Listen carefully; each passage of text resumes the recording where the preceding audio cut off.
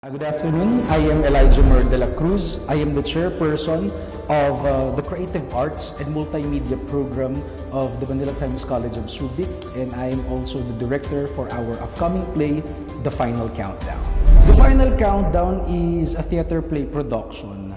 It's a post-apocalyptic actually. Medyo dystopian ang dating, kung saan isang futuristic setting na merong 10 tao na lamang na natitira sa mundo and only 5 of them ang makakapasok sa tinatawag natin na New Paradise. It was over a cup of coffee between friends kung saan pinag-uusapan namin paano kaya kung dumating yung time na magising tayong lahat tapos ilan lang sa atin ang natira. And then dun sa natitira na yun, kailangan pa tayong salain dahil 5 tao lang pala ang pwedeng makapasok. And that's where we start thinking na, we started pondering on the idea, what makes us deserving of a chance? Bakit tayo ang dapat pilitin? Pero, baliw ba siya? Si Dolasoli? Alam mo kasi, buong buhay ko parang dahil pagmamalang naman yung naranasan ko. Ating tandaan na sa bago paradiso, wala nang kamatayan. Magpapatuloy na kayo sa buhay na walang hanggan. Why are we supposed to go into a new venture, the new paradise? Ano ba yung mga dapat natin gawin? It's the Final Countdown is a play about self-discovery of different individuals, about how they are deserving of a chance. Isa itong pag-iisip at pagninilay-nilay ng mga character kung bakit sila ang karapat-dapat na makapasok sa panibagong mundo. Ever since we were a kid, mahilig kaming manood, lalo ako, ng mga theater play production. I'm really a theater kid. I love theater. May tao po ba dyan? Sino po kayo? Continue lang yung lines nyo. Growing up, I watched a lot of theater play production. Talagang sa Subic Bay, even in Manila, lalo dito sa Olongapo. But there was a time in 2018 where it all stopped. Siguro kasi lahat ay tumalon sa movie. Everybody liked watching movie. Everybody liked doing films. So wala nang gaanong nag-practice ng theater play. 2020 when the pandemic came. So talagang nagpahinga lahat.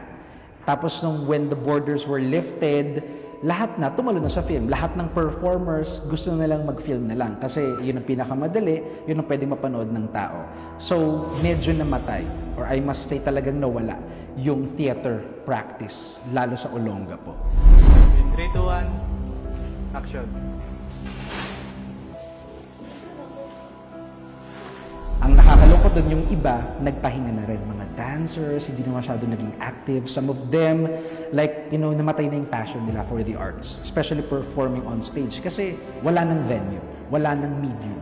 That's why the Final Countdown, this initiative, is going to be historic in Olongapo because after quite some time na naging dormant ang theater play sa Olongapo, ngayon na lang ulit naming pasasabugin. Parang dito na lang ulit magkakaroon ng collaboration ng iba't ibang artists, and we did not aim na theater artists lang.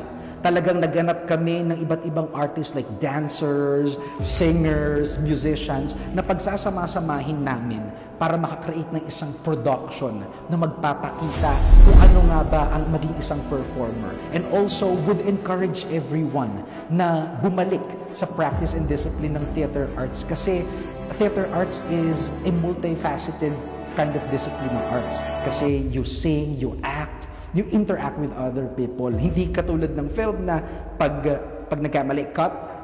Theater production requires full mastery of what you are doing. And also, this is the aim of our late chairperson ng aming barangay na si Kapiang Elane, na ang Barangay Asinan ay maging pinaka-center point sa city ng arts sa Olongapo City.